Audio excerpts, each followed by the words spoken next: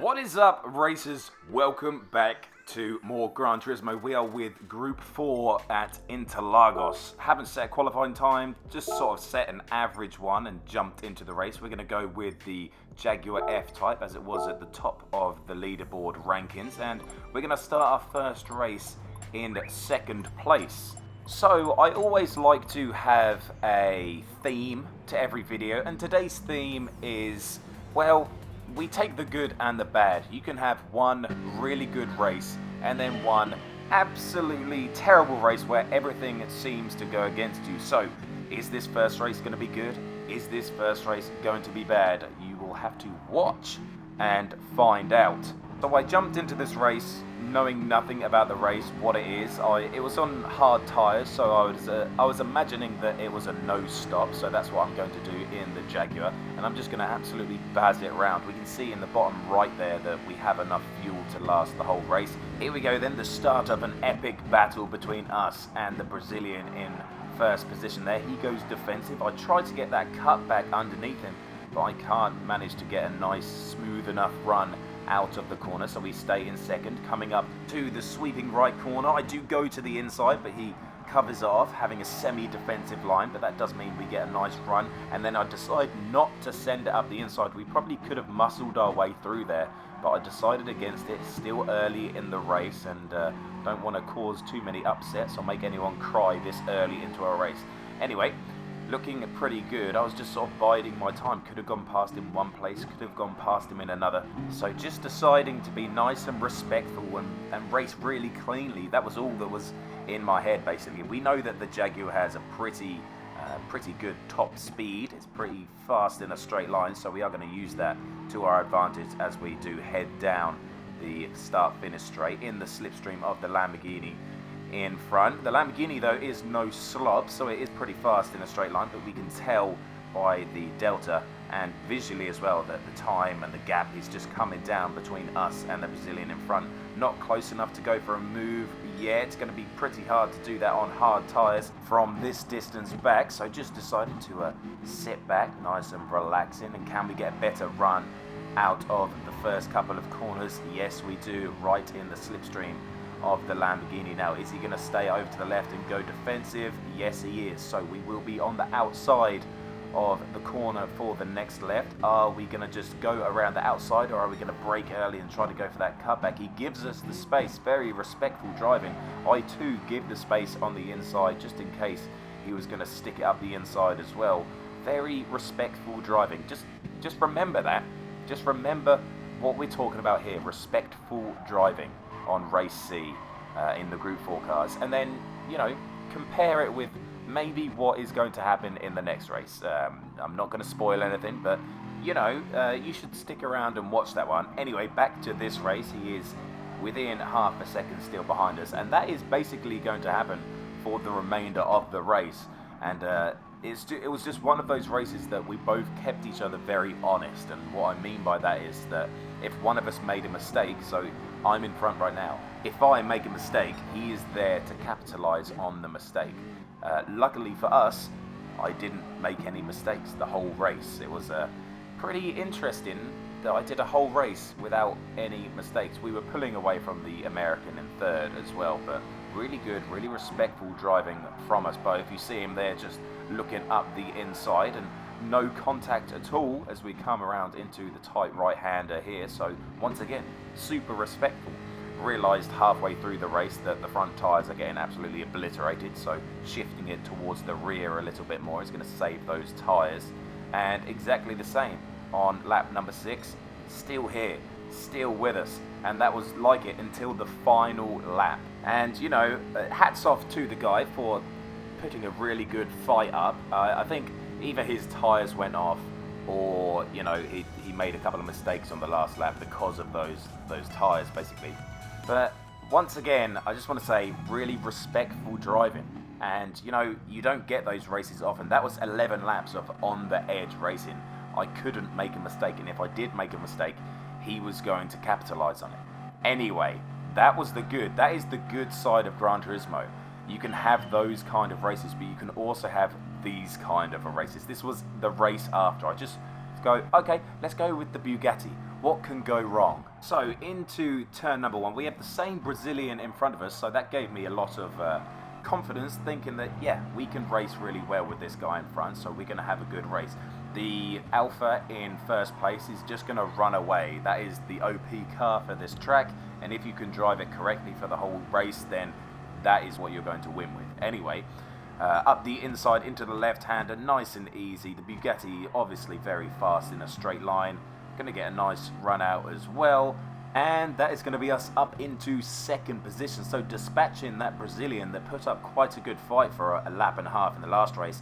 But it's all going to go downhill from here. All going to go tits up. We go a little bit wide on that corner. That's going to invite the Brazilian up the inside. He does get a little bit of a slide on, but he's just going to go into the side of us, not even reaching the apex. And that's going to put us down to fourth position on the inside of Elroy in the Jaguar there as well. Contact with the Brazilian there, just I could have lifted off to get rid of that contact. Elroy up the inside again, no space for the Honda on the outside, so there is going to be a little bit of contact there. The car's still fighting behind us, as you see in the radar down on the bottom right, and as we come into the final corner here, Elroy is just going to throw it up the inside once again and tap us off, and an absolute barrage of cars pass us because of one tap. And notice up front, no penalty. Yes, no penalty whatsoever. So we are down into 9th position after a very bad first lap, as the Alpha driver just drives onto my racing line. Thank you, buddy. I get the SR down, of course. But that's going to be a very difficult first lap. 2 people tapping into us, making us go wide, and we've gone from second now down to 10th place. I should have lifted there and not gone into the side of the American windstorm there, but nothing really came of it, and we got through the corner okay and only lost about a 1/10 of a second. And here it is. This is the whole thing. The first race was fantastic. This race is an absolute crap fest. And that's the thing you've got to deal with in racing, especially online racing. Going into these open lobbies, these daily races, you don't know what you're going to get. And that is just it. You don't know. We come into the final corner here. He just turns across me, obviously not aware of my positioning on the track, and just there's contact once again. Obviously I get the SR down for him driving into me, and we do get a nice run out using the slipstream of the Alfa Romeo in front of us. Go from 10th up to 7th position, basically on one corner or one straight. And this is, I can't believe what happens right now. This is ridiculous. When things are going bad for you, they just go bad. And yes, I get a penalty. When I was racing, I didn't understand what I got the penalty for. I had to go back, watch it, and slow it down. As you see on the radar in the bottom right, the Jaguar gets punted.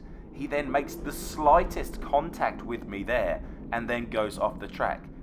The game then thinks I have hit that car off the track, and I get a 2-second penalty. How freaking ridiculous is that? He's been punted, and I've got the penalty. Absolutely madness. What do you think to that in the comments section below? But anyway, we have to serve that 2-second penalty, and we are in 8th position. What can we do? We have a Jaguar in front of us and a couple of cars in front of us, so hopefully they will start battling, which they do, and by the start of lap 7 they are truly fighting hard. And look how much they slowed down just by fighting. I thought the Brazilian was going to come and squeeze me off there. We do manage to get around the outside.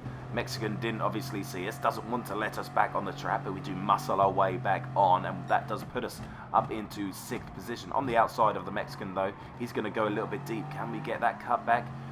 Yes, we can. Yeah, Jaguar just slides around on the inside, and I actually made contact with him, and I thought I was going to get a penalty, but this time just an SR down. So I guess thank you, Gran Turismo. We receive a tap in the back there, which then, because I was on the trajectory of accelerating out of the corner, pushes us a little bit wide, and we get the half-second penalty for ignoring the track limit, which is obviously fantastic.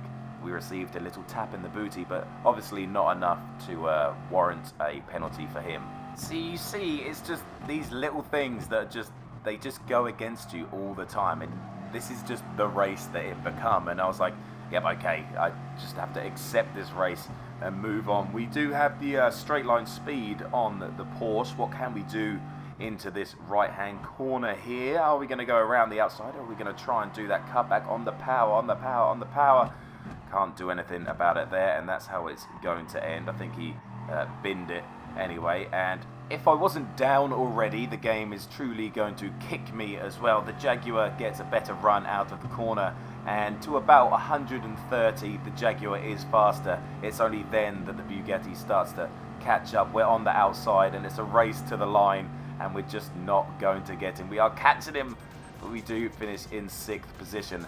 What an absolute cluster of a race.